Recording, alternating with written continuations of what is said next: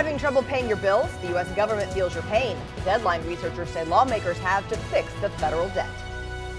Plus, lawmakers vote today on the state budget. How many are needed to overturn the governor's veto?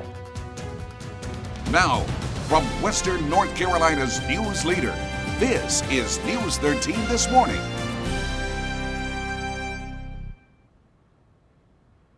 Good morning. This morning we'll also tell you how Chinese rice farmers made some incredible panda-shaped rice farms. Plus, Holly and I name a dive-bombing bird. We do?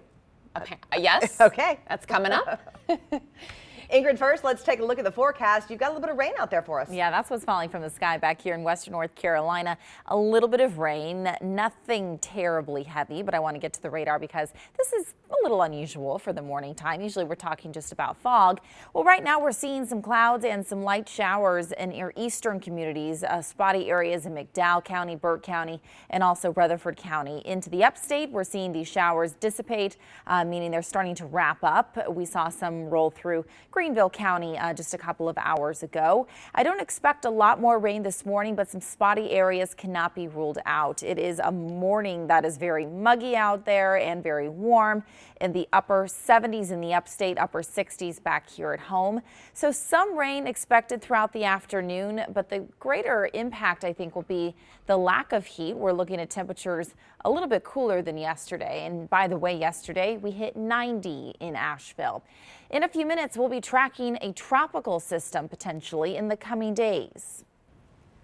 Now to the case against multimillionaire Jeffrey Epstein. Prosecutors say they found suggestive photos of girls at his mansion. Janae Norman reports his alleged victims now say they're worried about Epstein using his private jets and his 2 private islands in the Caribbean to escape those charges.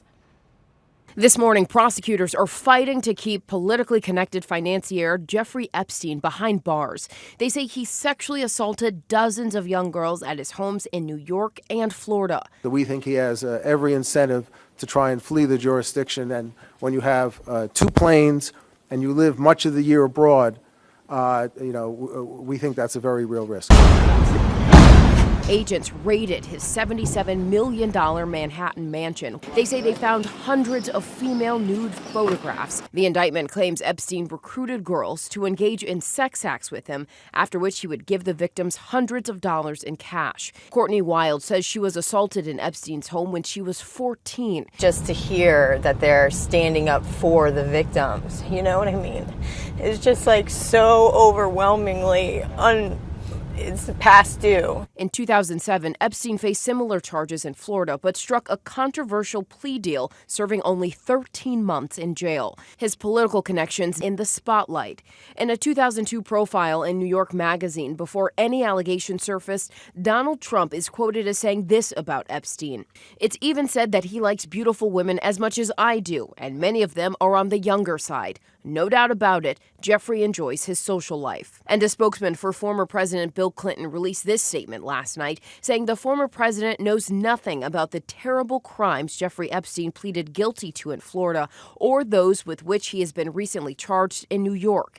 A judge will decide next week whether Epstein is released on bail. Epstein's attorneys argue these charges feel like double jeopardy, but prosecutors say the previous deal was only for Florida, not New York. Janae Norman, ABC News, New York. Happening today, the North Carolina House is expected to vote to override Governor Roy Cooper's budget veto. Cooper called the bill a failure for lacking Medicaid expansion and cutting corporate taxes. House Republicans likely need 7 Democrats to vote for an override to be successful. The Senate also would have to agree to override. New this morning, the U.S. government may be unable to pay its bills a lot sooner than initially forecasted. The Bipartisan Policy Center says the government could hit the debt limit in September.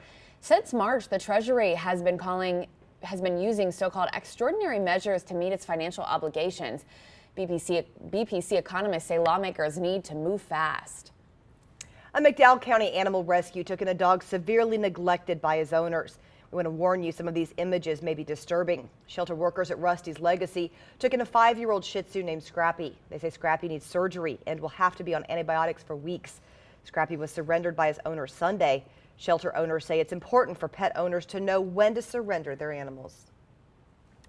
If you're having to make decisions between feeding yourself and feeding your animal, if if you can imagine a situation where you are not going to be able to care for the animal's monthly needs. Arledge says pet owners need to budget money for vaccines, flea and heartworm prevention, and trips to the vet. She says Scrappy's medical bills will cost at least $1,000. This morning, a couple asks for help after finding several syringes along a creek in Silva.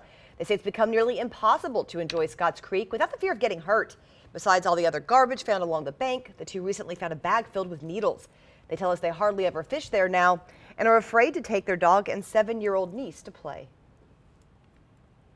It's hard to fish or just sit back and relax and see needles everywhere. I don't want to see any child or anybody, period, getting hit with a stuck needle.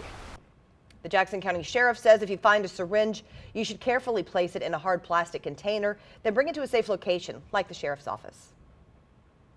Nearly 200 people may land a job today. Kimpton Hotel Heiress is hosting a job fair in downtown Asheville. News 13's Taylor Stewart joins us live from the hotel with more. Good morning, Taylor. Good morning, Holly. Good morning, Katie. Now, imagine waking up this morning unemployed, then finishing the day with a brand new job. Now, 175 people will have that opportunity today with Kimpton Hotel Heiress, the building replacing the BB&T Bank behind me. Now, they're looking for people who have hospitality positions in either security, bartending, things of that nature. Anything in the hospitality industry, you name it, they are looking for today. They're telling people to come out with their resume and just a good attitude. And take a look at your screen. Those are the details for when that job fair starts today at 9 o'clock at Pisana Restaurant. Interviews will go through 4 p.m. and they're looking to hire on spot. So as we said, 175 people could land a job today. We're now live in Asheville. Taylor Stewart, News 13. The Virginia governor calls lawmakers into special session today. The gun attachment he wants to be illegal in that state. The Cherokee language is close to going extinct. What tribal leaders are doing to stop it from happening. And we hit 90 the second time this month so far, and it's only just about a weekend. Coming up next, an update on the tropical